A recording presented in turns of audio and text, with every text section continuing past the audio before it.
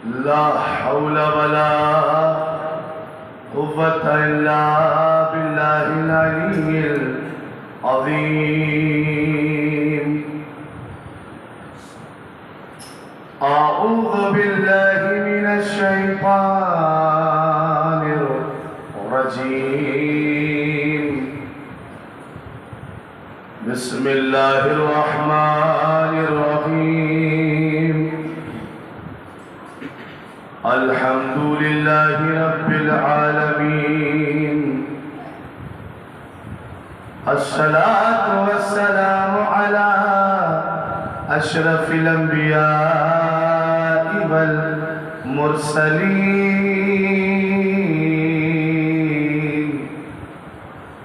सय्यदना व मौलाना व मौला थक़लैन महबूब रब्बिल मशरक़ैन जद्दिल हसन वल हुसैन अला मन इख्तारहु मिन शजरतिल अंबिया व मिशकातिद दिया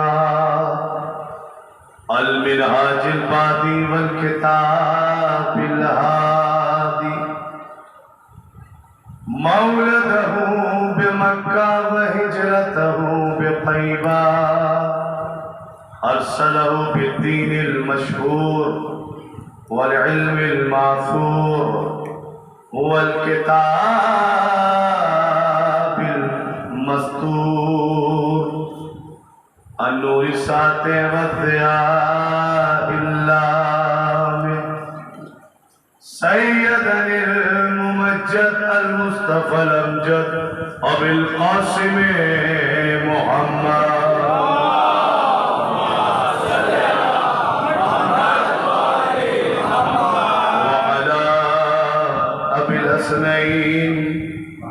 मौलल कौनैन रईसिल मुवाहिदीन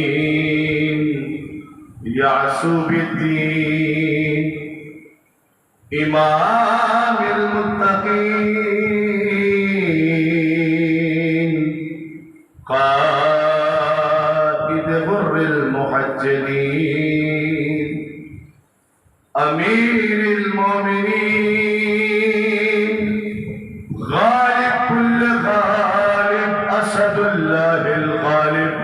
अली इब्न अबी तालिब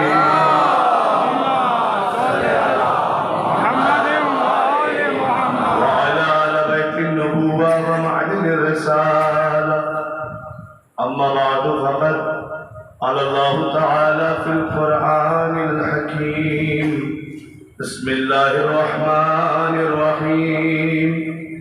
व लक़द कर्रमना बनी आदम वहमलनाहुम फिल बर्रि वल बहर वरज़क़नाहुम मिनत तय्यबात वफ़ज़्ज़लनाहुम अला कसीरिम मिम्मन ख़लक़ना तफ़ज़ीला।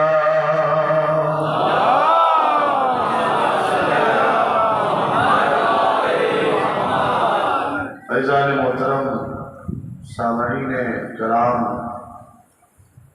काबिले सब एहतराम मवालियान हैदर करार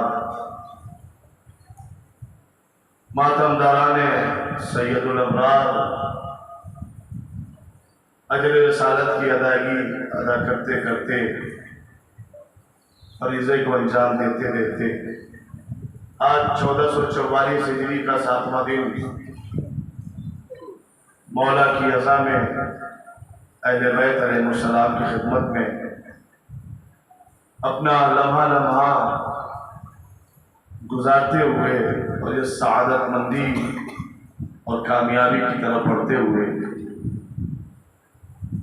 दिल को आराम और जहन को सुकून दीजिए और खुश होइए कि अल्लाह के नबी ने इरशाद फरमाया या अली अंता वशीयतुका हुमुल फायदून। है अली आप और आपके शिया कामयाब हैं। देखिए रसूल जब कोई दुआ दे तब भी अल्लाह कबूल करता है, जब अल्लाह का रसूल कोई दुआ दे तब भी अल्लाह कबूल करता है। अल्लाह के नबी ने गदीर के मैदान में दुआ भी दी और दुआ भी दी। दुआ इस अंदाज में दी, मेरे महबूब तू उसे दोस्त रख जो अली को दोस्त रखे, और तू उसे दुश्मन रख जो अली से दुश्मनी करे। तू उसे निस्फ़ नाबूद कर दे जो मेरे भाई अली से बुग़्ज़ और इनाद रखे। एक सबब और कामिल और हकीकी सबब उस रूए ज़मीन पर ज़ुल्म और बर्बरियत के बाद भी हमारी बका का ये भी है कि जहाँ हम दुआए सैयदा हैं वहीं हम दुआए रसूल खुदा भी हैं। अल्लाह के नबी ने मवालियान हैदर कर्रार को दुआएं दी हैं, और मैं आपकी खिदमत में अर्ज़ करूँ कि मुझे थोड़ा देर से इल्म हुआ और थोड़ी बहुत बातों का इल्म था। ये जो दूर दराज से लोग आ रहे हैं, 8 किलोमीटर 10 किलोमीटर 40-50 किलोमीटर मौला की अज़ादारी करने के लिए, जनाब सैयदा को उनके लाल का पुरसा देने के लिए दूर दूर मकामात से आ रहे हैं। अलवी बरादरान, बोहरा बरादरान और ये मौला के अज़ादार, तो ये सोच करना ये कि इसका सिला हम या यहाँ के मोमिनीन आपको दें, हमारी क्या औकात है, हमारी क्या हैसियत है। हाँ, इस बात की उम्मीद ज़रूर और लो लगाए हुए हैं कि जिसके दरबार में आप आ रहे हैं उनकी माँ बिन्त रसूल इंशाअल्लाह इसकी जज़ा और इसका इनाम इतना देंगी कि हम सबसे समेटा न जाए। हमारे मानने में कमी हो सकती है, उनकी अता में कमी नहीं हो सकती। और जब हम मानते हैं तो हम अपने एतबार से मानते हैं, जब वो इनायत करते हैं तो अपनी हैसियत के मुताबिक अता करते हैं। और हुदूद अताए अहले बैत इस दुनिया में कोई नहीं जानता। बहुत कोशिशें हुई इनके चाहने वालों को मिटाया जाए, इनके चाहने वालों को गुमराह किया जाए। बहुत कोशिशें हुई कि इन्हें सिराते मुस्तकीम से हटाया जाए। इंसान हमें सिराते मुस्तकीम से हटा नहीं सकता। कहेंगे क्यों? इसलिए कि वो जिसके पास बहुत ज्यादा पावर है, जिसे हम देख नहीं सकते लेकिन वो हमें देख रहा है, वो जब अल्लाह की बारगाह से निकाला जा रहा था तो उसने ये वादा किया था कि मेरे महबूब तूने वक्त मालूम तक जिंदगी दी है, अख्तियारात दिए हैं, तो बस मेरा एक काम होगा।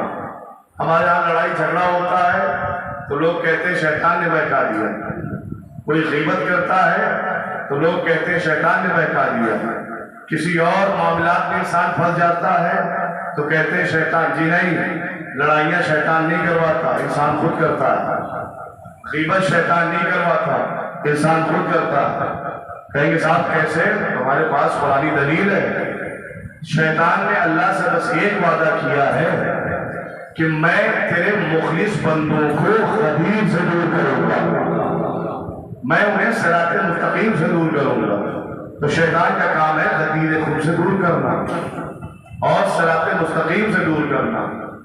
और बहुत कोशिशें हुई मवालियान हैदर कर्रार को मिटाने की, मौला के अज़ादारों को मिटाने की, लेकिन तारीख शाहिद है कि माजी हाल तमाम तारीखों को आप उठाकर देखें, मिटने वाले मिट गए लेकिन इस कौम को मिटा ना पाया।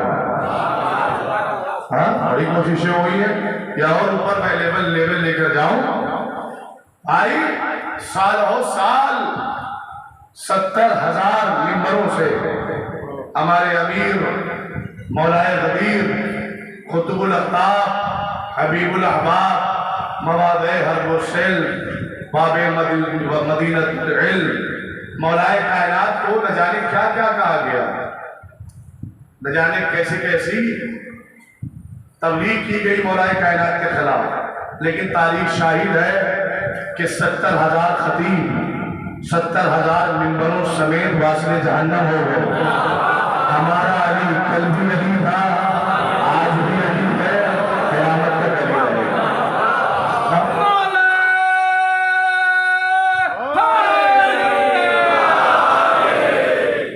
वो वासले जहन्नम हो गए।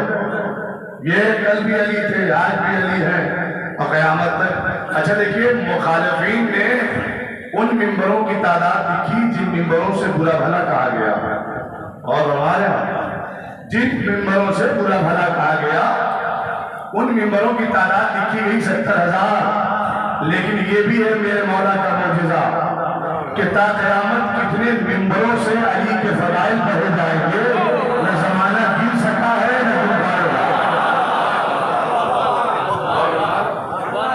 अल्लाह ने इंसान को शऊर दिया है, अल्लाह ने इंसान को इज्जतदार बनाया, इसे साहिब अख्तियार बनाया, पाको पाकीज़ा रिज़्क़ दिया और तमाम तर मखलूक़ात में सबसे अफजल बनाया। इसलिए कि जब तुम इमाम का सिलेक्शन करो, इंतखाब करो और तुम्हारे सामने हक का वली आए और उसे तस्लीम करने की मंजिल आए, तो तुम्हारा इमाम ऐसा होना चाहिए कि जब कल क़यामत के दिन आओ तो इज्जत महसूस हो, जिल्लत महसूस ना हो। और हमारा इज्जत महसूस करो, जिल्लत महसूस न करो। और देखिए अल्लाह के नबी ने क्या पैमाना बनाया, फरमाया या अली तेरी मिसाल कुरान जैसी है, या अली तेरी मिसाल अल्लाह जैसी है, या अली तू कुरान के साथ है, कुरान तेरे साथ है। अल कुरान माल अली वल अली माल कुरान, कुरान अली के साथ, अली कुरान के साथ। एक किताब है और एक वजूद है, एक तहरीर है और एक इंसानी वजूद है। बहुत रमाइएगा, साहिर पर इंसानी वजूद है। मौलाए कायनात के बारे में फरमाया कि कुरान अली के साथ है, अली कुरान के साथ। ये जो तहरीरी शक्ल है इसका नाम है कुरान सामित, और ये जो इंसानी वजूद है इसका नाम है कुरान नातिक। कुरान सामित खामोश रहने वाली किताब, कुरान नातिक बोलने वाली किताब, और बताया बोलने वाली किताब। तो कुरान सामित का कानून ये बनाया अल्लाह के नबी ने कि इसमें है 6,666 आयतें। अगर कोई इंसान इन 6,666 आयतों में से किसी एक का इनकार करे तो वो मुसलमान नहीं रहता। भाई किसी एक आयत का इनकार करे तो वो मुसलमान नहीं रहता, या किसी एक आयत पर शक करे दायरे इस्लाम से खारिज। तो मैं कलमा पढ़ने वालों से अपील करूंगा, जब अल्लाह के नबी ने कुरान को अली जैसा बताया, अली को कुरान जैसा बताया, तो जब कुरान की एक आयत पर शक करने वाला मुसलमान नहीं रहता तो अली की दो आयत पर शक करने वाला, अली की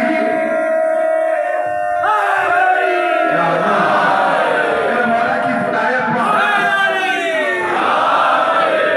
उनकी जात पर शक करने वाला हुदूद इस्लाम में कैसे रहेगा, वो खारिज तो हो ही जाएगा। अच्छा ठीक है साहब, देखिए कुरान की सिफत ये है कि जब कुरान नाज़िल हुआ तो अल्लाह ने चैलेंज किया, मेरे हबीब इनसे मुबाहिसा न करिए, एक ऐलान कर दीजिए अगर कुरान तुम्हें तस्लीम नहीं है तो लो हम ओपन चैलेंज देते हैं, फातू बिसूरतिन मिन मिसले, इसके एक सूरे का जवाब लाओ। और हमारे इसके एक सूरे का जवाब लाओ। अगर जवाब ले आए तो फिर कुरान फेल हो जाएगा। अल्लाह के नबी ने ये चैलेंज काबे पर आवेदन कर दिया। क्या अरब में पढ़े लिखे लोग नहीं थे? अरे इतने पढ़े लिखे लोग थे कि हजार हजार बंद बुतों पर कह देते थे। अशार का जमाना था, शेर व शायरी का जमाना था, ठीक है, बहुत पढ़े लिखे लोग मौजूद थे दुनियावी एतबार से, लेकिन वो एक आयत कुरानी का जवाब ना ला सके। तो फिर जो कानून कुरान के लिए बना है वही कानून अली इब्न अबी तालिब के लिए बनेगा कि मियां अगर कुरान की आयतों पर शक है तो फिर कुरान जैसा कलाम बना के दिखाओ। और अगर अली की जात पर शक है तो अली जैसा इमाम लेके आओ।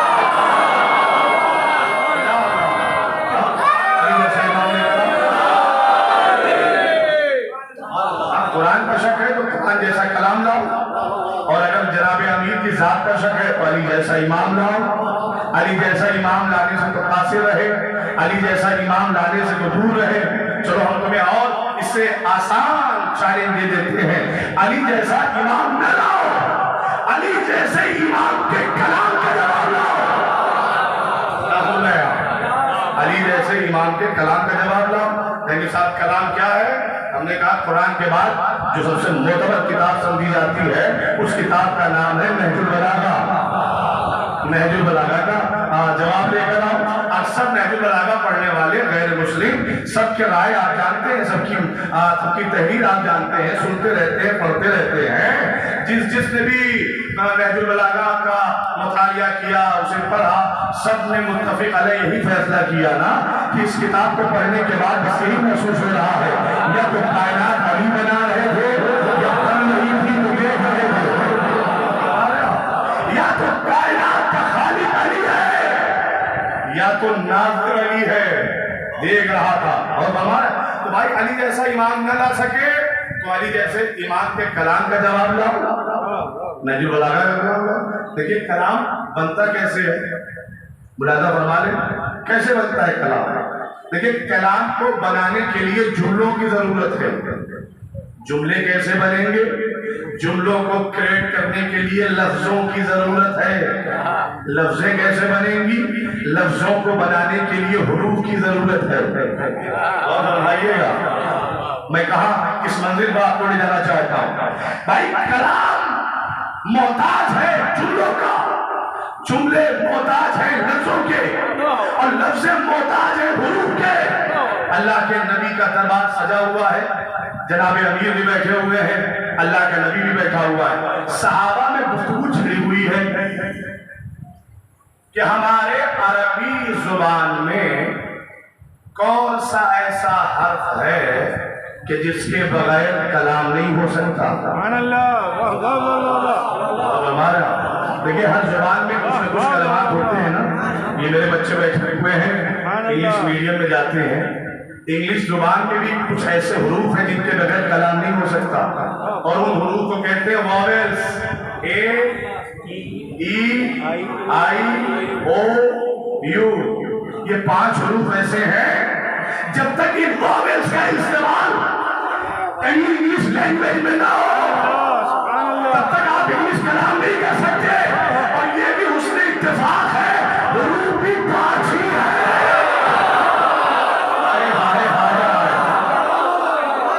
भैया एक मैसेज है कि तुम 5 हुरूफ के बगैर इंग्लिश लैंग्वेज में नहीं समझ सकते तो कोई जतन के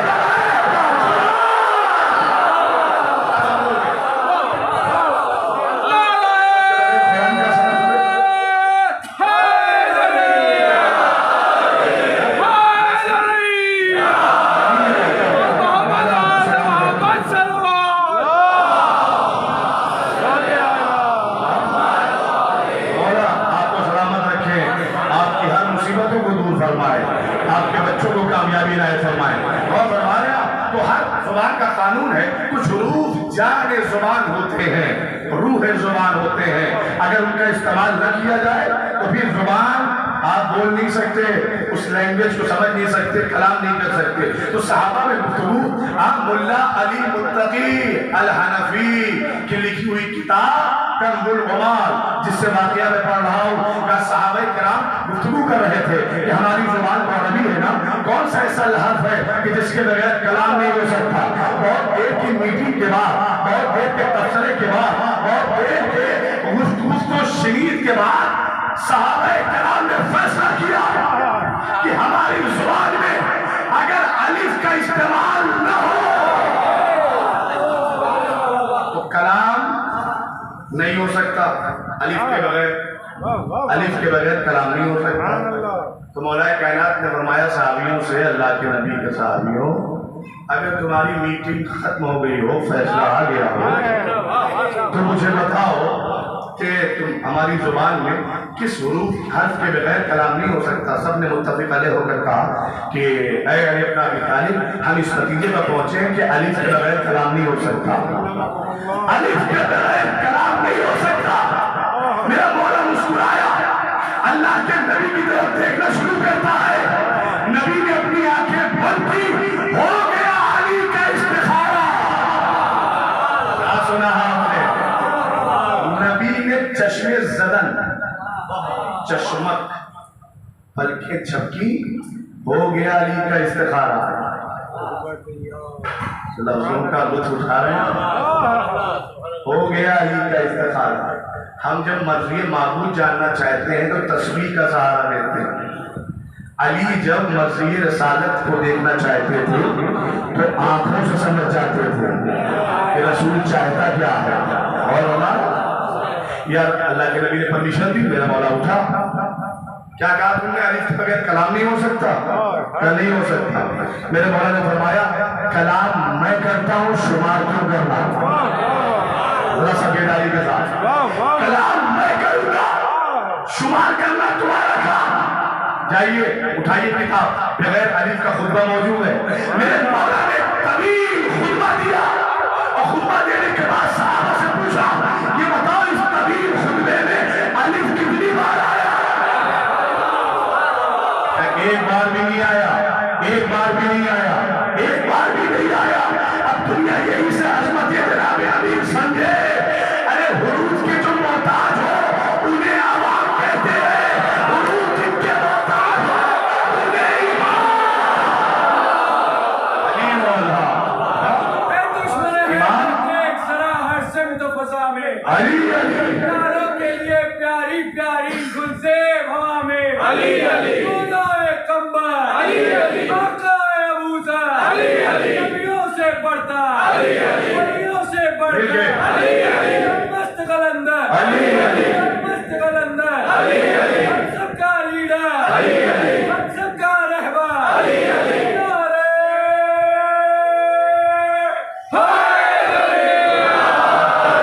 सलामत रखे मौला। और जब जिस जुबान पर नाम अली तकरीर हो रहा है, अल्लाह उन जुबानों को तमाम पर मर्ज से महफूज रखे। और हमारा तो मोहताज आवाम है, इमाम नहीं है। और आप देखिए इससे आगे की मंजिल जनाब सलमान और जनाब खंबर और जनाब अमीर आपके हमरा ये दोनों शागिर्द जा रहे थे। जाते जाते एक वादी आई जिसका नाम था वादियुन नमल। वादियुन नमल चींटी, आंट्स, उनकी वादी आई। कुरान में सूरह नमल है ना, तो जा रहे थे, बहुत सारी चींटियां, आंट्स सामने दिखाई दी। तो जनाब कंबर कहते हैं सलमान से, भाई सलमान, क्या पूरे जमीन पर कोई ऐसा है जो इन लातादाद जो बहुत ज्यादा क्वांटिटी में है, इनकी कोई ऐसा है जो तादाद बता सके? हाँ, ये गुफ्तगू हो रही थी। मेरे मौला ने सलमान खंबर के शानों पर अपना हाथ रखा, फरमाने लगे, सलमान खंबर, तेरा मौला इनकी तादाद के साथ साथ ये भी बता सकता है इसमें नर कितने हैं, इसमें। भाई रसूल का मुजिज़ा ये था कि रसूल अपने हाथों पर कंकरी लेते थे तो वो कलमा पढ़ते थे। रसूल का मुजिज़ा ये था कि रसूल चेहरा देखकर उसका नाम भी बता देते थे, उसका शहर नसब भी बता दिया करते थे। रसूल का मुजिज़ा ये था कि रसूल चांद के 2 टुकड़े कर दिया करते थे। रसूल का मुजिज़ा ये था कि सूखे दरख्त पर तकिया लगाते थे तो हरा भरा हो जाता था। रसूल का मुजिज़ा ये था कि सूखे हुए कुएं में अपना लुआब तहन डालते थे तो चश्मा जारी हो जाता था। हाँ, तो फिर रसूल के बाद जो भी आएगा उसमें तो ये खासियत होनी चाहिए ना, उसमें ये खासियत होनी चाहिए ना। अब मेरे मौला क्या फरमा रहा है?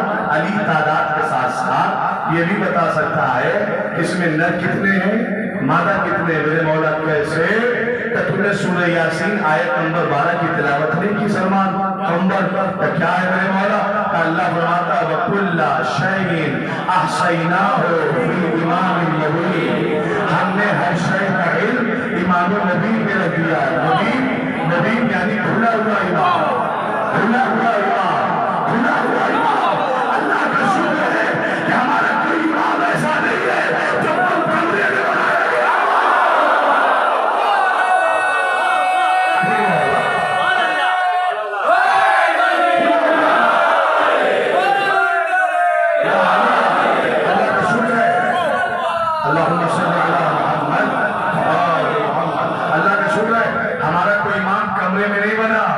हुजरे वाला इमाम हमारे पास नहीं है, मकान वाला नहीं है, मैदान वाले इमाम है। और हमारे यहाँ तो कहा नहीं भी बता सकता हूँ, ठीक है, कायल हो गए, चाहने वाले थे, मार्फत में इजाफा हुआ। लेकिन मेरा मौला फरमाता है सलमान खंबर, इनकी तादाद बताने में कमाल नहीं है, नर और मादा बताने में कमाल नहीं है। तो फिर कमाल किसमें है मेरे मौला? कमाल ये है कि तुमने इनकी तादाद देखी है। तवज्जो, जुमला कहने जा रहा हूं। सलमान, तुमने इनकी तादाद देखी, लेकिन तुमने इनके सरदार का कलाम नहीं सुना। मौला, ये छोटी सी मखलूक कलाम भी करती है। हाँ सलमान, तो इमाम वो है जो छोटी मखलूक की फरियाद भी सुन लेता है, और हमारे यहाँ फरियाद भी सुन लेता है। लोग हमसे कहते हैं कि साहब ये कौन सी शर्त है? हमने कहा बहुत ये इलाही शर्त है कि जो भी उसकी तरफ से इमाम बनेगा सिर्फ इंसानों का नहीं बनेगा, जैसे इंसानों का वैसे ही जिन्नातों का, वैसे ही वैसे जानवरों का, वैसे ही फरिश्तों का, और हमारे सबका इमाम होगा। तो कहेगा अच्छा ठीक है, अली अपना भी तारीफ जैसे इंसानों के वैसे ही जिन्नातों के इमाम। हमने कहा बेशक, जिन्नातों के भी इमाम का नाम अली, इंसानों के भी इमाम का नाम अली। क्या बताइए दलील क्या है? अगर गदीर तस्लीम भी कर ली जाए तो कैसे साबित करोगे कि अली जिस वक्त में इंसानों का इमाम है उसी वक्त में जिन्नातों का इमाम भी है? हमने कहा उसी गदीर के मैदान में चलो, तुम्हें हम वहीं से दलील दिए देते हैं। अगर अल्लाह के नबी ने ये कहा होता मैं जिस इंसान का मौला,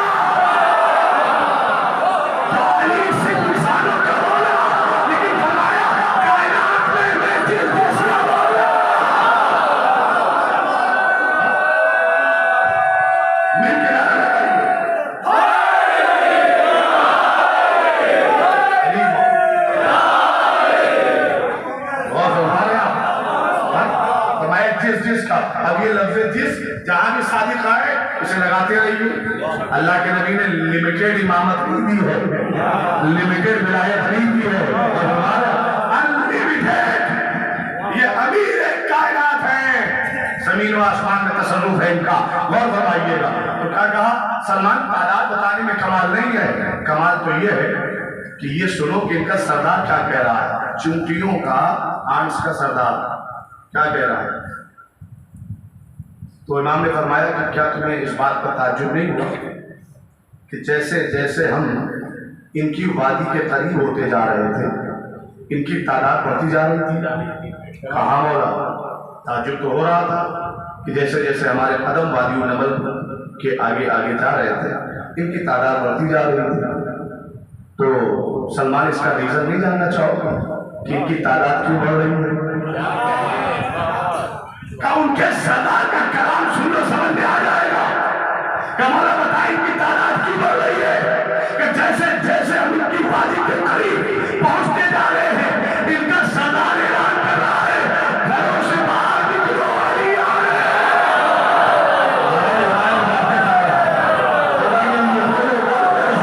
इनका सरदार कह रहा है कि घरों से बाहर निकलो, अली आ रहे हैं, अली आ रहे हैं, अली आ रहे हैं।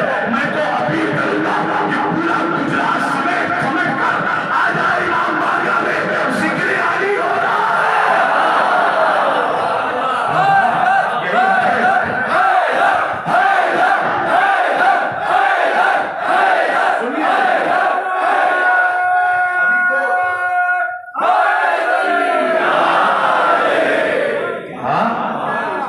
अब आप समझे कि आप क्यों इतनी दूर दूर से आ गए।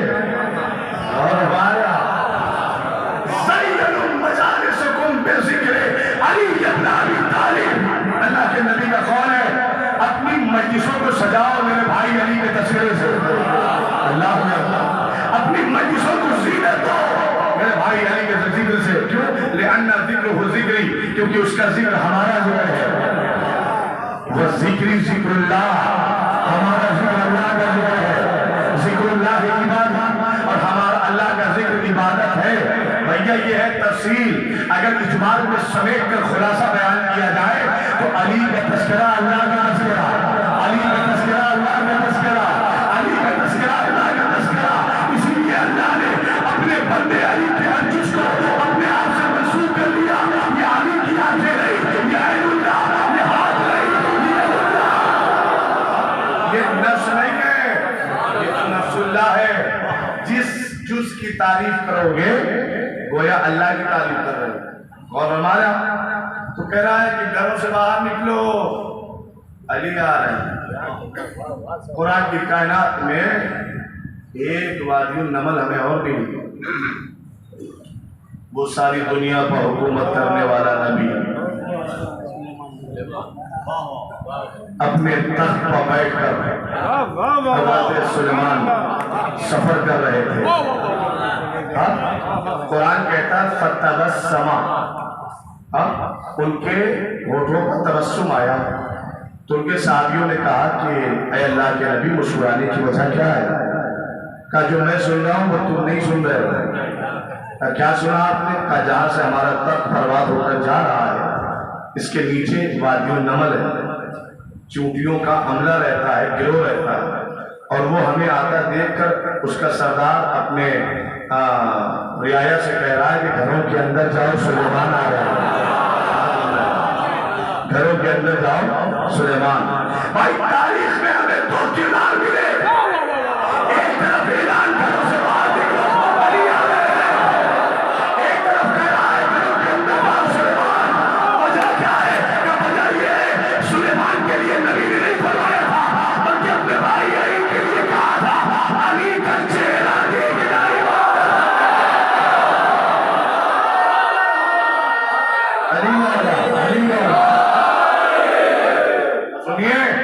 सिर्फ अली का चेहरा देखकर उनके चेहरे का सवाब नहीं मिलेगा, 1,24,000 नबियों का सवाब मिलेगा। अब मेरे मौला ने फरमाया जब कोई मोमिन दुनिया से खबर में जाता है तो मैं उसके सामने आ जाता हूँ, रूह निकलती है तब भी आ जाता हूँ। तो मरते वक्त 1,24,000 नबियों की ज़ियारत करके जाता है, कब्र में जब जाता है तब भी 1,24,000 नबियों की ज़ियारत करता है। तमाम नबियों का जलवा गौर फरमाइएगा।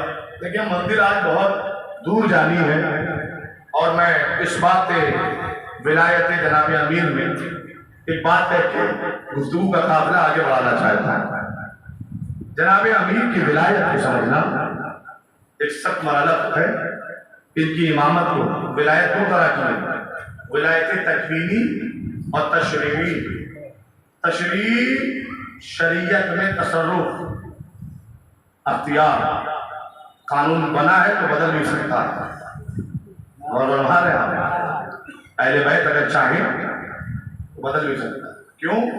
वमा तशाऊना इल्ला अन यशा अल्लाह, जो ये चाहते वही अल्लाह भी चाहता है।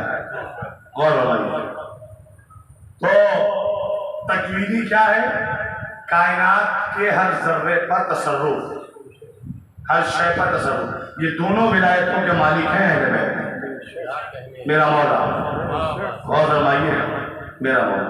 और अगर मालिक ना होता तो बुढ़िया याद है,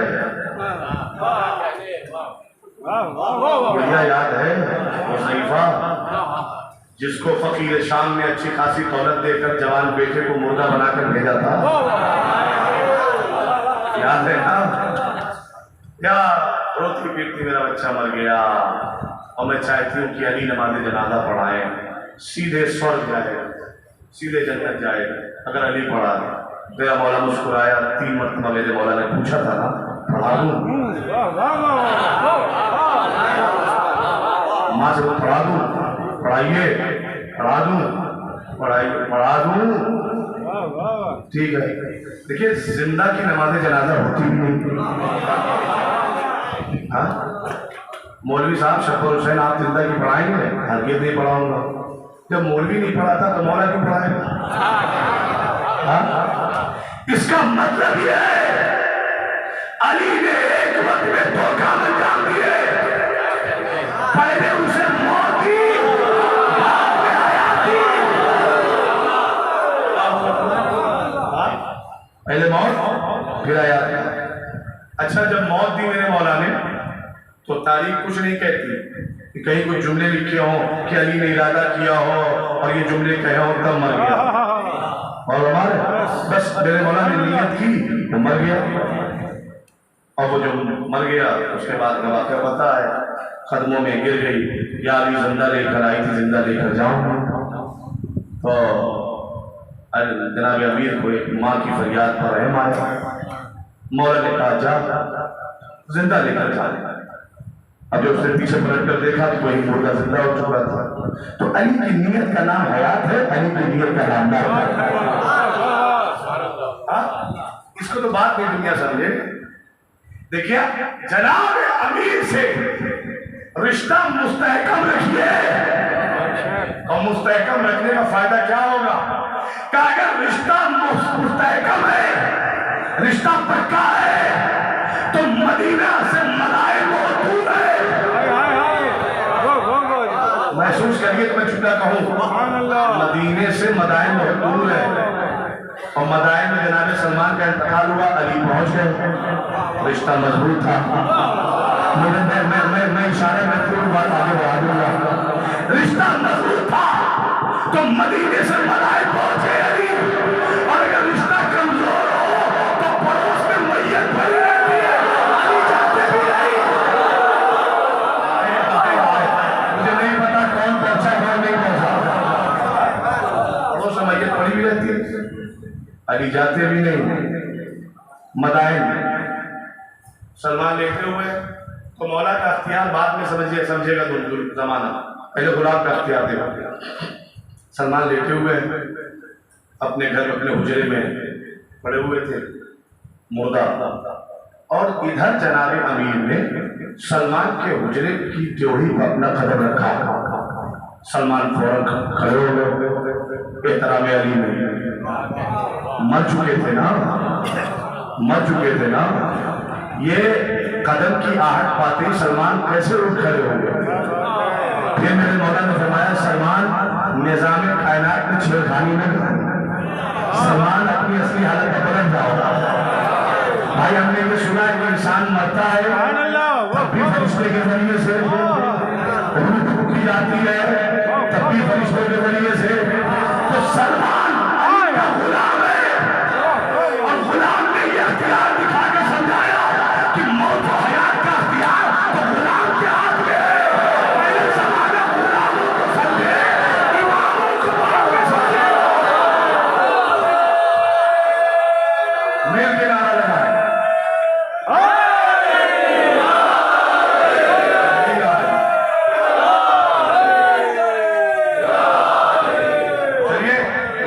आगे बढ़ाते हैं।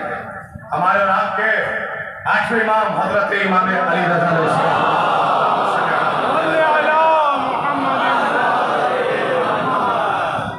आठवें मौला का जमाना आया। आपके जमाने में एक सौदागर था, बहुत ही रईस सरबतमंद, और जब तिजारत से फायदा होता था ना, एक्चुअली ये बात मैं कल पढ़ने वाला था, गुज़िश्ता जो गुजर गई मजलिस, ये कल मैं सुनाना चाहता था, लेकिन आज मौका मिला है। अल्लामा हाफिज इस्माइल देवबंदी से किसी ने कहा कि तू हक़ ज़हरा पर बड़ी गुफ्तगू करता है, ये नबी की बेटी का हक था, ये नबी की बेटी का वर्षा था, बाग़ फ़दक की वारिस बीवी सैयदा थी, वारिस वारिस वारिस। तो अल्लामा हाफिज इस्माइल देवबंदी ने कहा कि ये बताओ कि तुम्हारा अक़ीदा रिसालत के बारे में क्या है? तो कहा कि हमारा अक़ीदा ये है कि मैं गवाही देता हूँ कि मोहम्मद अल्लाह के रसूल हैं, का इसका मतलब अल्लाह के नबी मुर्दा नहीं हुआ, रसूल तो हैं, तो इसका मतलब जिंदा है। तो हाफिज इस्माइल देवबंदी ने कहा ठीक है मियाँ, कौड़ी बहुत दूर से लेकर आए हो, सोच बहुत दूर से लेकर आए हो, ठीक है फंसाओ, जाल में फंसाओ, बात आगे तो कहो। का इसका मतलब ये है कि रसूल मुर्दा नहीं हुआ, रसूल जिंदा है। जिंदा है, हाँ जिंदा है रसूल हमारा, हम गवाही देते रसूल थे नहीं, रसूल हैं। तो कहा जब रसूल हैं तो फिर मुर्दा की विरासत का बंटवारा होता है, जिंदा का कोई वारिस नहीं होता। और हमारा ये दुश्मन कह रहा है अल्लामा हाफिज इस्माइल देवबंदी से, कैसे वारिस वारिस वारिस वारिस वारिस वारिस, जब रसूल मुर्दा हुए नहीं तो विरासत और वारिस के बनने का हक कहां से आ गया? मुर्दा का वारिस होता है, जिंदा का वारिस नहीं बनता। अल्लामा हाफिज इस्माइल उठे और मुस्कुराया, का सुन, अगर जिंदा का वारिस नहीं बनता तो जिंदा का खलीफा भी नहीं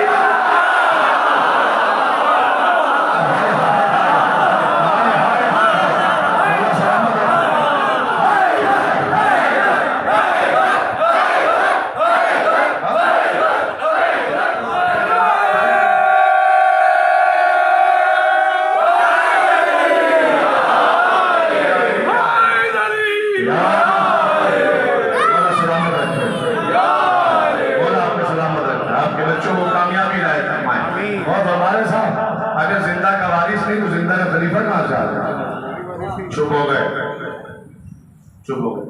अच्छा साहब ठीक है, वो सौदागर था, जब भी तिजारत से मुनाफा होता था तो एक हिस्सा वो मखसूस करके इमाम की खिदमत में पहुंचे। आप भी तो पहुंचाते हैं दीन और फला की, दीन और शरीयत की फला बहबूदी के लिए आप भी तो देते हैं, खुम्स की शक्ल में इस्लामिक टैक्स देते। वैसे वो भी करता था, लेकिन अफसोस के लाबलद था, कोई बच्चा मिला। एक दिन बच्चे की चाहत दिल में उठी तो बाजार गया और उसने एक छोटी सी 3 साल या 4 साल की बच्ची को खरीदा और उन्होंने औलाद खरीद के ले आया, परवरिश करने लगा। बच्चा 7 साल की हो गई तो इमाम की खिदमत में जाना चाहता था, सोचा अपनी बच्ची को भी ले चलूं। अपनी बच्ची को भी इमाम की खिदमत में लाया। अस्सलामु अलैकुम या अपना रसूलुल्लाह, जवाब सलाम मिला। कहता है हुजूर ये तिजारत का मुनाफा है, इमाम लेते थे और मुस्तहिकीन में बांटते थे और ये लाया हूँ। इमाम ने कबूल फरमाया। कहता है कि मौला ये मेरी बच्ची है, मैंने इसे पौनवाने औलाद खरीदा है। अच्छा ठीक है, फिर चाहता क्या है?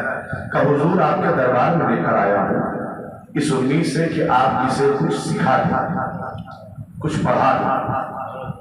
इमाम ने कहा कि बैठ जा। वो 7 साल बच्ची बैठ गई। इमाम ने फरमाया कहो बिस्मिल्लाहिर्रहमानिर्रहीम।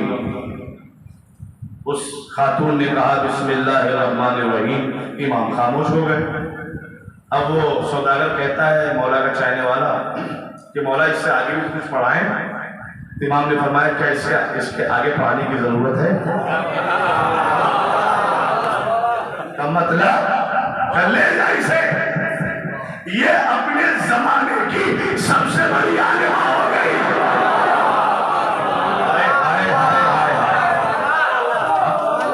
ये अपने जमाने की सबसे बड़ी आलिमा है। अब इसका मुकाबला कोई नहीं कर सकता। खुश होकर ले आया। तो ये 9 साल या 11 साल की हुई। इधर मलऊन हारून रशीद को इस बात की इत्तला हुई कि ये इमाम को सपोर्ट करता है ना इमाम को। तो उस मलऊन ने उस सौदागर के गोदाम में आग लगवा दी, घर में आग लगवा दी। वो सौदागर फकीर हो गया, दुनिया की दौलत से फकीर हुआ, इमाम की मोहब्बत से फकीर नहीं हुआ। अमीर होकर अली को चाहना कमाल नहीं है, गुर्बत में भी अली से मोहब्बत करना ये कमाल है। और हमारे हाँ गुर्बत में रहकर भी अली से मोहब्बत करना ये भी कमाल है। आपने वाकया नहीं सुना, एक शख्स आया आंदर कहता है मैं फकीर हूँ, गरीब हूँ। मौला ने फरमाया तू अमीर है? का गरीब हूँ। का तू अमीर है? का मेरे पास कुछ नहीं है। अभी भी तू अमीर है? का कैसे? का तेरे सीने में वो है जो मालदारों के पास भी नहीं, जो मुशरिक मालदारों के पास भी नहीं। का क्या है मौला? का हमारी मोहब्बत। अल्लाह तू उसे वापस कर दे, अली तुझे दुनिया की सारी दौलत दे देगा। उसने कहा नहीं मौला, इस दौलत के बदले में किसी दौलत का सौदा नहीं कर सकता। फिर जा, वापस चला जा। एक साहब और भी आए थे, हाथ पैर जोड़ते हुए, अरब के बद्दू थे। उन्होंने कहा या अली बहुत गरीब हूँ, फकीर हूँ, दे दीजिए। इमाम ने सर से पैर तक देखा, अच्छा ठीक है। एक झेला उठा लिया, उसने एक पत्थर उठाया, मौला ने उस पत्थर का अपना हाथ रखा, कुछ पड़ा, सोने का बन गया। एक बार ले गया, उसको बेचा, खाया, फिर दोबारा आया, फिर दोबारा यही कर दिया। तीसरी बार आया कहता है कि अली आपको जहमत नहीं होती? बार बार मैं आता हूँ, बार बार आप देते हैं।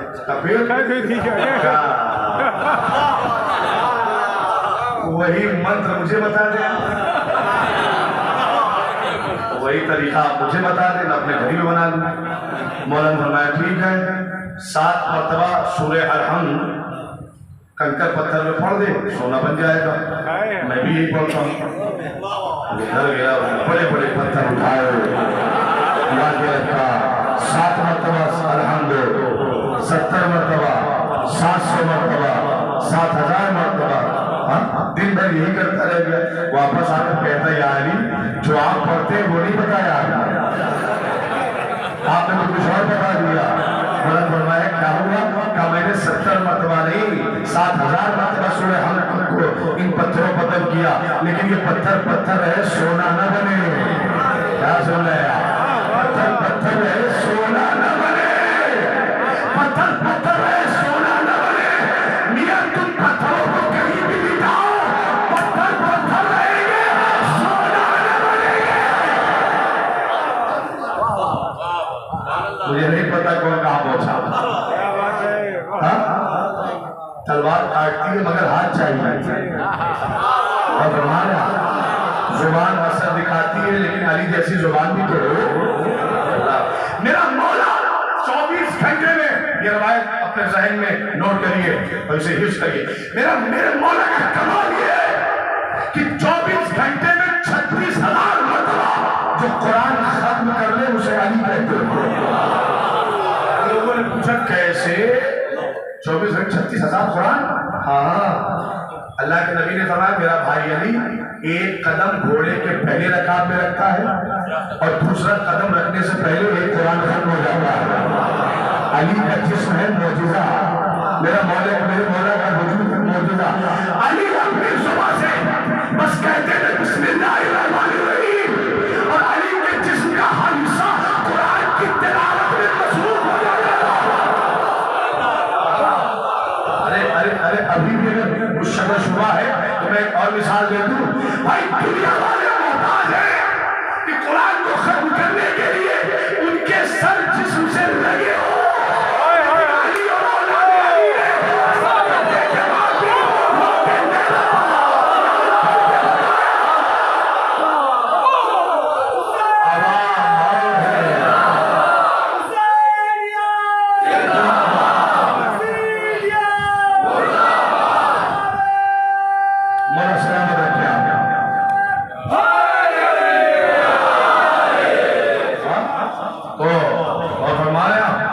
चलिए यहाँ देर ना हो जाए तो वापस आ जाता हूँ। आग लगवा दी और गरीब हो गया। एक दिन अपनी बेटी से कहता खरीद के लाया था ना, जो शय खरीदी जाएगी उसे आज़ाद करने का हक होता है इस शरीयत में। अपनी बेटी से कहता है जा मैंने तुझे आज़ाद किया, तू अपनी मर्जी से जहाँ जाना चाहे। अब मेरे पास तेरे नाम नस्ल का इंतजाम नहीं है। तो उस खातून ने जिसका नाम था हुस्निया, कहा बाबा आप मुझे आजाद न करो, आप मुझे हारून रशीद के दरबार में ले चलो और मुझे भेज दो। सौदागर नाराज हो गया कि मैंने कनीज समझ के नहीं पाला, मैंने बेटी समझ के पाला, मैं तुझे बेच नहीं सकता। कहा बाबा जुमला पूरा तो सुनो। कहा मुझे दरबार में ले चलो, उससे कहो मैं बेचने लाया हूं। और जब बादशाह कहे कि कीमत, तो कहना कि तेरी आधी सल्तनत। अल्लाह अल्लाह, तेरी आधी सल्तनत। तो बादशाह वो सौदागर करने लगा बात कि पागल हो गई है। अगर बादशाह ने पूछ लिया कि इसमें क्या क्वालिटी है, क्या खासियत है, कहा मुझे पता ये पूछेगा, उसका जवाब ये देना कि हुस्निया की क्वालिटी तब जाहिर होगी कि जब तुम अपने उलमा को बुलवाओ, इससे बहस करवाओ। अच्छा, उसे भी इमाम की बात याद आ गई। चलो दरबार में ले आया, बेचने लाया, कीमत तेरी आधी सल्तनत। बादशाह खड़ा हो गया, पागल हो गया, मेरी आधी सल्तनत एक खातून के बदले में, क्या खासियत है? अपने उलमा को बुलवाओ, इस बहस करवाओ तो पता चल जाएगा। तो दरबार में जो तनख्वाहदार मौलवी होते थे, इशारा किया कि पूछो। तो उन्होंने हज और एहराम और हज के सिलसिले में कुछ सवाल किए। हुस्निया ने तोड़ जवाब दिया, वो सब खामोश हो गए। बादशाह को पता चल गया कि ये कोई मामूली बच्ची नहीं है तो 9 साल या 11 साल की, लेकिन मामूली नहीं है, ये अपने जमाने की आलिमा है। तो उसने किसी छोटे मोटे को न बुलाकर उस जमाने के सबसे बड़े आलिम इब्राहिम को बुलाया। इब्राहिम रहता था बसरा, बसरे से उसे बुलाया गया, दिन तारीख मुअय्यन किया गया। इब्राहिम आया, दरबार में हुस्निया भी है, इब्राहिम भी है। इब्राहिम कहता हुजूर आपने हमें बुलाया। कहता है बादशाह कि इब्राहिम तुम्हें इस खातून से मुनाजरा करना है। इब्राहिम शैतानी कहे लगाने लगा कि तुझे क्या हो गया, मैं और ये खातून औरतों से करवाएगा? मेरे सामने बड़े बड़े आलिम शिकस्त खाकर चले गए, मैं एक औरत से करूंगा। बादशाह ने कहा कुछ करके तो देखो, पता चल जाएगा।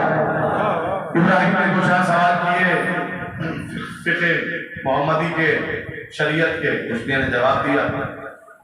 अब इब्राहिम समझ गया कि मेरा पाला किसी मामूली खातून से नहीं पड़ा, ये तो आलिमा है, आलिमा है।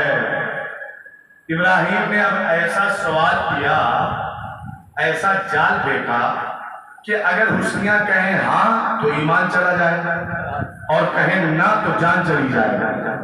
ऐसा सवाल, हाँ कहे तो ईमान, हाँ ना कहे तो जान चली जाएगा।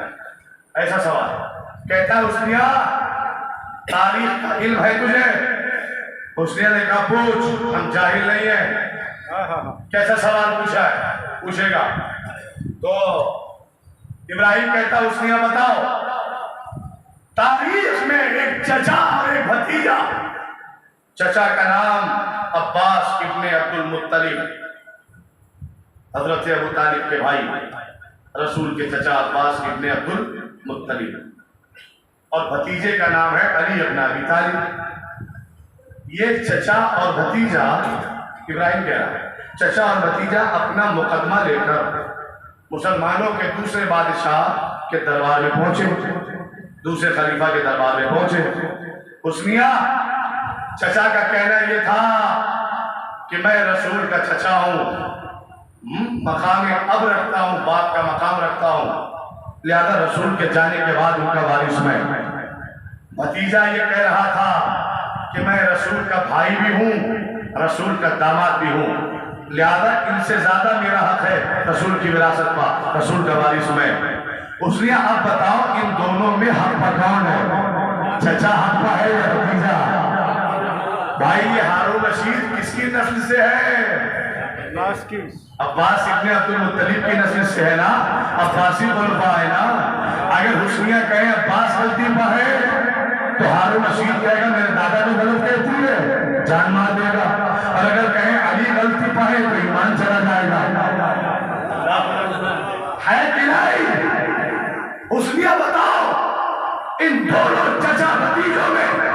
हाफा कौन है? हुस्निया ने देखा, कहा पहले तू बता कि तू कुरान जानता है। उसने आंख बंद की, गुरूर के आलम में कहा, हुस्निया मैं हाफिज कुरान हूं। हुस्निया ने कहा इतराओ नहीं, ये भी दुश्मन अहले बैत की पहचान बनती है, ये भी दूसरे अहले बैत की पहचान बनती जा रही है। हाँ, कुरान रख के भी अली को ना पहचान पाए, कुरान रख के भी अली को ना पहचान पाए, तो फिर फायदा क्या है? हाँ, 300 से ज्यादा आयात जो सही तौर पर मौला अली के लिए नाजिल हुई, हाँ, जब उनसे मार्फत न ले पाए तो कुरान हिफ्ज़ करने का फायदा क्या है? और करिए, मैं हाफिज़ कुरान हूं। उसने कहा फिर बताओ, कुरान की कायनात में एक मुकदमा दर्ज हुआ, कोई दो अपना मुकदमा लेकर किसी एक के पास आए। इब्राहिम कहता हम समझ गए कि तू किसकी बात कर रही हो। दो लोग हजरत दाऊद अलैहिस्सलाम के पास आए थे अपना मुकदमा लेकर। तो बताओ इन दोनों का हक कौन है? का दोनों हक है। और बताइएगा, का हो ही नहीं सकता। मुकदमा उस वक्त तक कायम नहीं होगा जब तक एक तरफ बातिल और एक तरफ हक ना होगा। दोनों हक कैसे?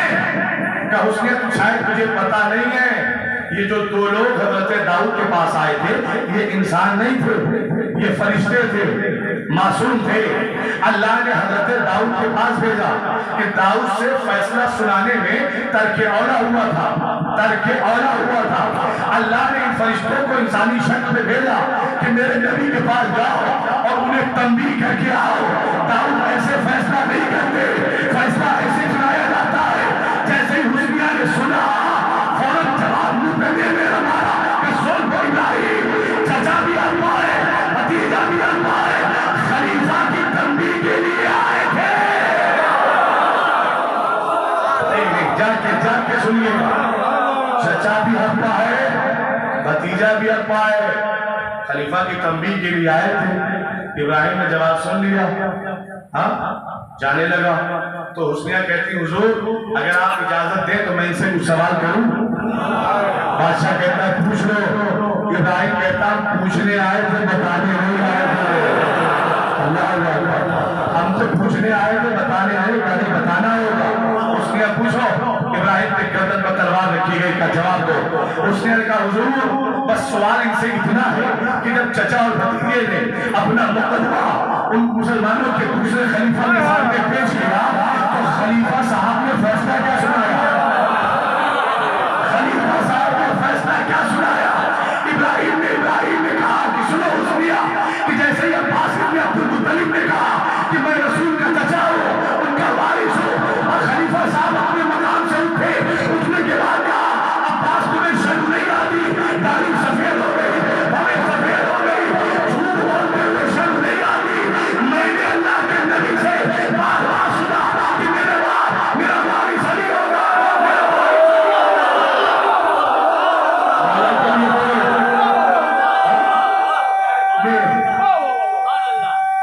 एक नारा लगाओ, दूसरा सुना।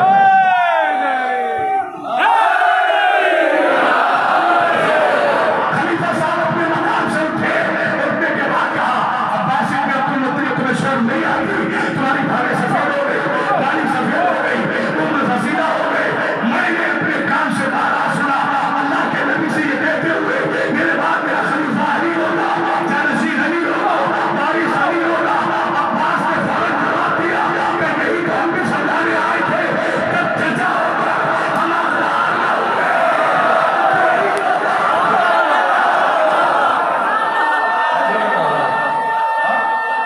तेरी हैसियत क्या है?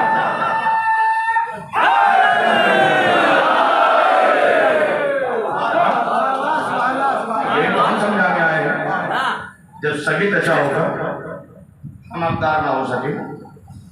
अच्छा, इब्राहिम ने कह दिया का हुजूर चला जाऊं? कहा नहीं, हुजूर इजाजत दे, एक सवाल और करूं। का करो। इसने सवाल किया था हाँ कहे तो जान, ना कहे तो ईमान। अब हुस्निया ने वैसे ही जाल पलट कर फेंका, अब तू फंसेगा। का हुजूर एक सवाल का करो, क्या ये बताओ कि जो हुकूमतों का दौर आया खुलफा का, रसूल के जमाने में आया था, रसूल के बाद?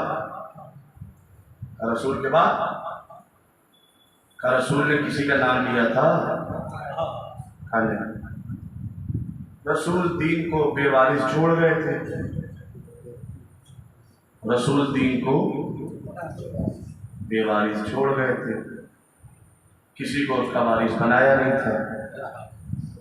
तो रसूल के जाने के बाद उम्मत को इस बात का एहसास हुआ कि सिस्टम चलाने के लिए, शरीयत को बचाने के लिए, इस्लाम को महफूज रखने के लिए एक इमाम का होना जरूरी है, खलीफा का होना जरूरी है। हुस्निया ने कहा कि इब्राहिम, उम्मत के पास दमाग ज्यादा था या मोहम्मद के पास?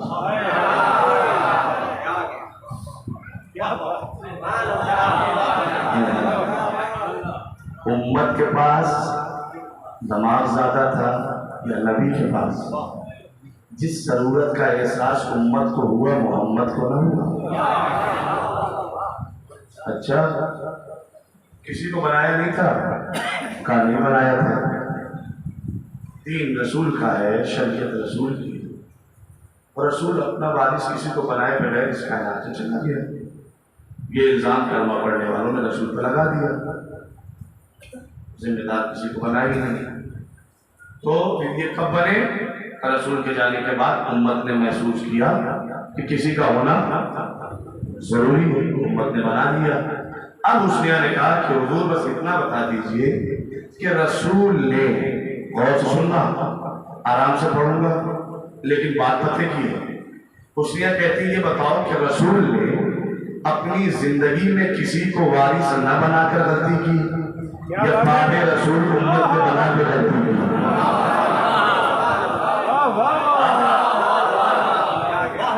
इब्राहिम बता, रसूल ने अपनी हयात में किसी को नहीं बनाया, ये गलती की कि बाद रसूल उम्मत ने बना के गलती की। और इब्राहिम, अगर तुझे याद है तो तेरा ही फतवा है, जो रसूल न बना कर जाए उसे बनाना शरीयत नहीं है। अल्लाहू अकबर। उसे करना बिदअत है ना? तो जब रसूल ने बनाया नहीं था तो तुमने बना के शरीयत का काम किया या बिदअत का काम किया? अगर इब्राहिम कहता है कि उम्मत गलती पाए, ये जो मियाँ बैठे हुए हैं ये उम्मत वाले हैं, ये गिर जाएंगे। और अगर कहता है कि रसालत से गलती हुई तो ईमान चला जाएगा। सलमान मुझे मोहम्मद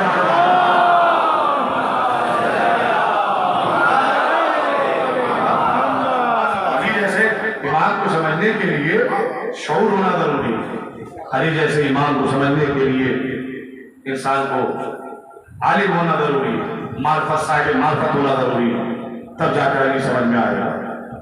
और जो रसूल को ना समझ पाया न वो मौलाए कायनात की विलायत समझेगा, जो अली को ना समझ पाया वो उनके बच्चों को क्या समझेगा। मैं आज ज्यादा पुरानी नहीं करना चाहता, यहीं पर रोकना चाहता हूँ, लेकिन कल गुजारिश है, कल 8 मुहर्रम है, कल आप रात थोड़ा सा मेरा साथ दीजिएगा। कल मुझे सरकार बाबुल हवाइज के फजाइल पड़ेगा इंशाअल्लाह। ये मुफज़ल अबी का की सदा जो करबला के मैदान में गूंज रही थी, इमाम हुसैन अपने साथ 3 किरदार लेकर गए, जनाब अली अकबर, जनाब अली असगर और मौला पास। आज सरकार इमाम ज़ायक़ा यानी हजरत कासिम बिन हसन अलैहिस्सलाम की मेहंदी की ज़ियारत करेंगे आप शहजादे। लेकिन एक फिक्रा सुनो, उससे पहले अली अकबर, अली असगर और मौला पास 3 किरदार करबला में लेकर आए थे हुसैन। जनाब अली अकबर को इसलिए लाए कि ये हम शबीह पैगंबर हैं। जनाब अली असगर को इसलिए लाए कि ये इंसानियत का पैकर है। मौला पास को इसलिए ले आए कि ये कुल्ले ईमान की शबीह है, मौला अली की शबीह। करबला में ले आए और दुनिया को पैगाम दे गए हुसैन। अगर ये नमाज पढ़ने वाले जो मेरे मुकाबले में नमाज पढ़ रहे हैं, ये नमाज पढ़ने वाले जो दुनिया को गुमराह कर रहे हैं कि हम मुसलमान हैं, अगर ये मेरे लाल अली अकबर पे हमला कर दें तो समझ जाना ये मुसलमान नहीं, इन्हें रसूल के चेहरे से प्यार नहीं। हमला किया ना तो इन्हें रसूल के चेहरे से प्यार नहीं। अगर ये अली मेरे बाबा की शबी मेरे भाई अब्बास पे हमला कर दे तो समझ जाना इन्हें अली की सूरत से भी मोहब्बत नहीं, इनके पास ईमान भी नहीं है।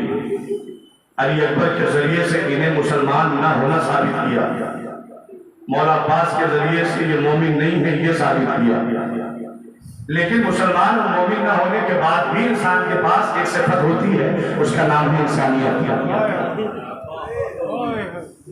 मैदान कतार में अली असगर को लेकर आए, अगर ये पानी पिला दे तो इंसान, और अगर मेरे बच्चे पे हमला कर दे तो ये इंसान नहीं। लेकिन उन्हें हमला करके उन्होंने इस बात को साबित किया कि करबला में हुसैन का सामना न मुसलमानों से था, न मोमिनों से था, न इंसानों से था, ये तो हैवानों से भी पत्थर थे। अल्लाह अजीजों, आज उस शहजादे के मसाइल मुझे पढ़ने हैं। मैं एक जुमले में पूरा मसाइल पढ़ना चाहता हूँ, लेकिन मुझे पता नहीं कि कौन अपने एहसास को कितना मेराज पर ले जाकर महसूस करेगा इस जुमले को। देखो, मसाइल जनाब कासिम के मसाइल के लिए एक फिक्रा काफी। आपको पता है जनाब कासिम को कहते हैं गुल बदन, शीरी सुखन, बहुत कम बोलते थे, लेकिन जब बोलते थे तो इमाम खुश होता था। पूछा मेरे नाथ तेरे नजदीक मौत कैसी है? जनाब कासिम ने फरमाया कि आहला मिनल असल, ये तो शहद से ज्यादा शीरी है। चाचा जान, शहद से ज्यादा शीरी। कोई ऐसा है कायनात में जो मौत का जायका बता सके? वाही जात है जनाब कासिम की जो मौत का जायका बता सकते हैं कि अगर वक्त के इमाम पर जान कुर्बान कर रहे हो तो मौत शहद से ज्यादा शीरी है, मीठी है। अल्लाह एक फिक्रा कहूं जो पूरा मसायब है, मुझे नहीं पता कैसे महसूस करोगे, लेकिन सुनना महसूस कर। जनाब कासिम को गुलबदन कहा जाता है, बहुत नाजुक मिजाज थे जनाब कासिम, बड़े लाडो प्यार से इमाम हुसैन ने पाला था, बहुत ही लाडो प्यार से नाम।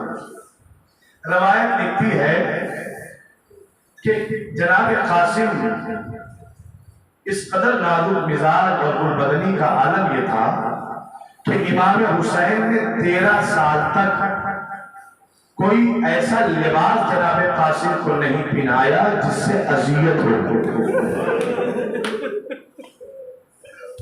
सुन लिया गौर से, इमाम हुसैन ने कभी मोटा लिबास नहीं पहनाया,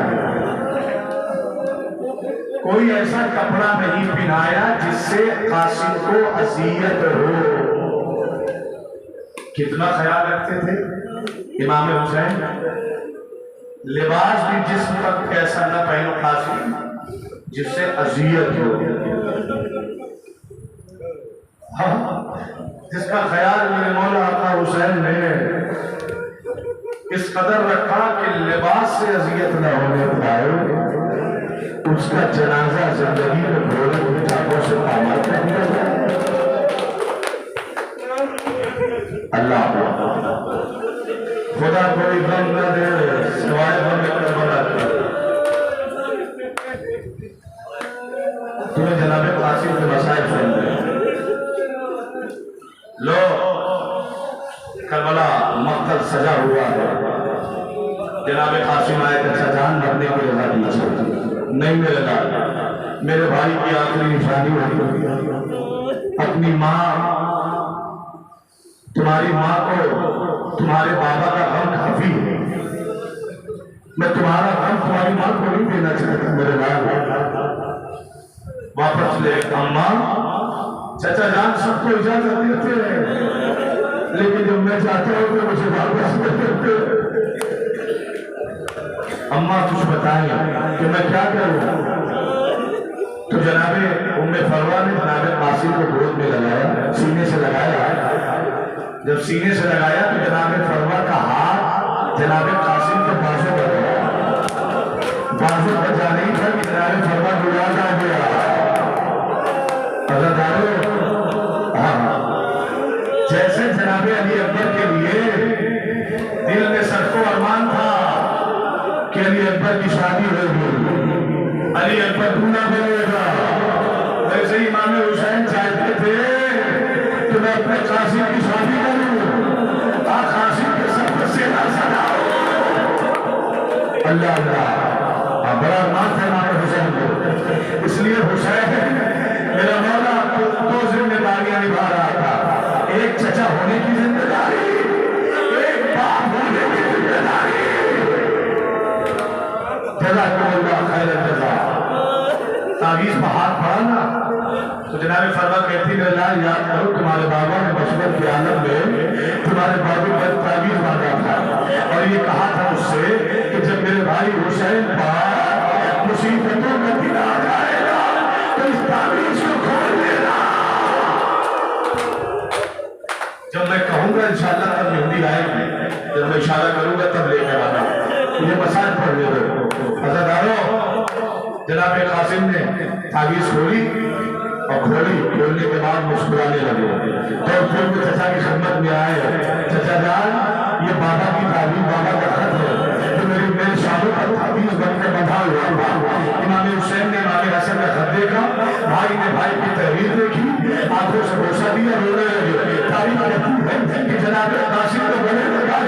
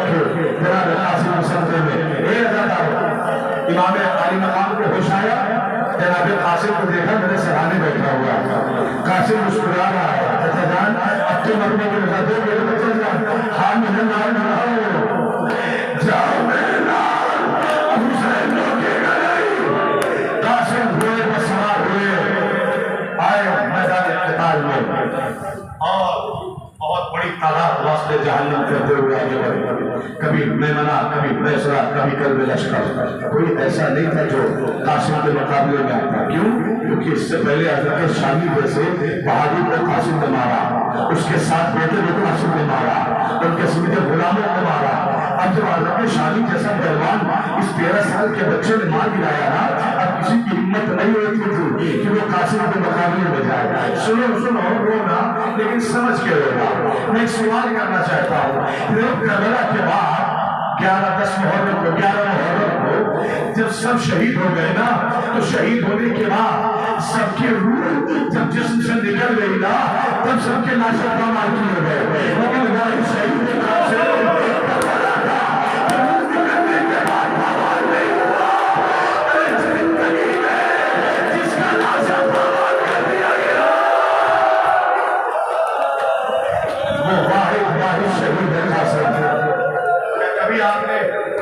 सुनना सुनना थोड़ा सा आराम दो अपनी आवाज को और अपनी आंखों को। इंशाअल्लाह बहुत रोते हुए जाओगे।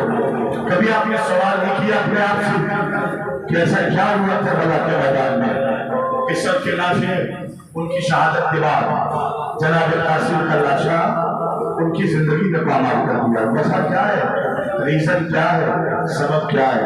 सुनो, सन 66 हिजरी में 61 हिजरी में करबला, 66 हिजरी में हजरत मुख्तार की हुकूमत आई। तो मुख्तार ने करबला का एक गुस्ताख पकड़ा जिसका नाम था उमर इब्ने मआब। सामने आया, मुख्तार कहते बता कि तूने कौन सा जुल्म किया।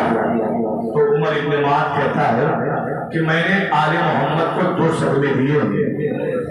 एक सदमे का नाम है कासिम और एक सदमे का नाम है अब्बास। क्या कैसे? क्या तुझे पता है जब अब्बास के बाजू कलम हो गए फिर भी अब्बास घोड़े से जमीन पर नहीं आए? हाँ, तो फिर मुझे याद किया गया मैं सरजमीन अरब पर मुझसे बेहतर कोई गुर्ज चलाना नहीं जानता था। गुर्ज जानते हो ना, ये लोहे का बड़ा सा बॉल और उसमें जंजीर फंसाई जाती है ना और उसे घुमा के मारा जाता है। कहता मुझसे अच्छा अरब में कोई गुर्ज चलाने वाला हो, लेकिन सुन लो, समझ लो कि क्यों जिंदगी में कासिम का नाशा बर्बाद हो गया। सुनो, शायद पहली मरतबा सुनोगे, मैं किताब का हवाला भी दे देता हूँ। किताब का नाम है मुख्तार आले मोहम्मद, इसमें मैंने रवायत पढ़ी, सुनना फिर सुनना। कहता है कि मैं सरजमीन अरब का सबसे बेहतर गुर्ज चलाने वाला 2000 गुर्ज चलाने वालों का सरदार था करबला में। जब शाने कटे अब्बास जी से जमीन पर ना आए तो मुझे याद किया गया। मैंने पूरी ताकत से अब्बास के सर पर गुर्ज मारा। जो काम तीर न कर सके, तलवार न कर सके, जो काम नेज़े न कर सके ना, वो काम मैंने गुर्ज में किया। अब्बास का सर शिकस्त हो गया। अब्बास जी से जमीन पे आ गया। एक सदमा ये था। दूसरा सदमा क्या है? उमर इब्न माद कहता है, वजह सुनने के लिए बैठे हो ना, क्यों कासिम का लाशा जिंदगी में काम आ गया? मुझे मसाइल पढ़ने देना, मुझे मसाइल पढ़ने देना और सुनते रहना। सुनना। कहता है कि ये 13 साल का बच्चा कभी मैमना था, कभी मैसरा था, कभी कलबे रशद था, किसी की हिम्मत नहीं होती। ये कासिम के मुकाबले वजह था। इसी असना में हमने देखा कि कासिम के जूतों के तस्मे खुल गए। कासिम के जूतों के तस्मे खुल गए। कासिम बेहतरीन सिपाही थे, जानते थे कि जूतों के तस्मे दुश्मनों के सामने नहीं बांधे जाते। कासिम ने घोड़ा मोड़ा और दूर जाने लगे।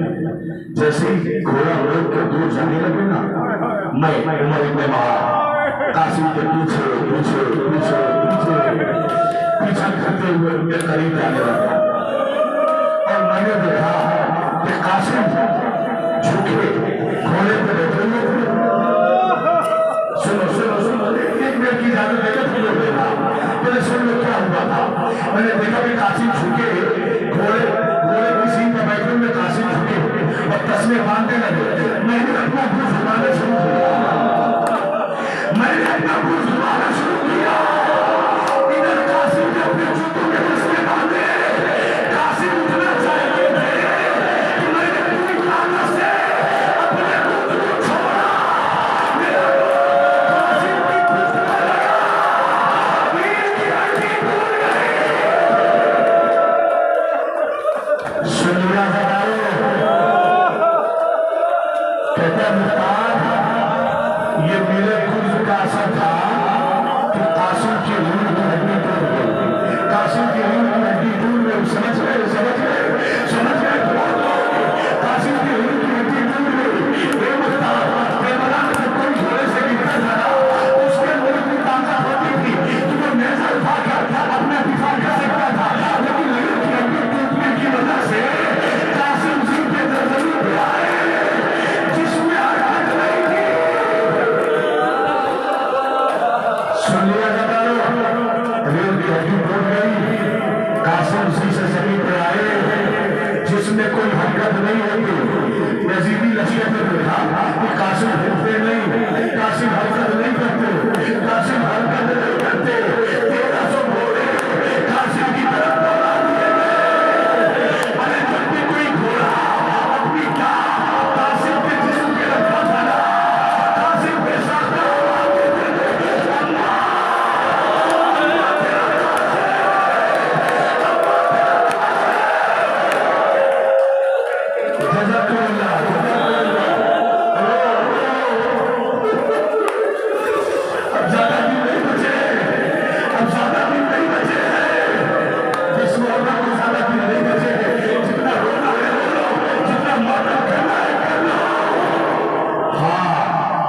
कासिम की जिंदगी में घोड़े बिठा जिसमें अम्मा अम्मा तेरा कासिम मुनकसिम हो रहा है, अम्मा तेरा कासिम घोड़ों से परमा ले रहा है। मेरे इमाम हुसैन दौड़े आवाज की मेरे लाल कासिम कहाँ हो, मेरे लाल कासिम कहाँ हो, अरे कासिम हो तो बोलेगा आवाज की मेरे लाल तेरा तुझे मक्का इमाम तेरा है, मक्का इमाम का नाम आना था कि कासिम के गोश्त के टुकड़े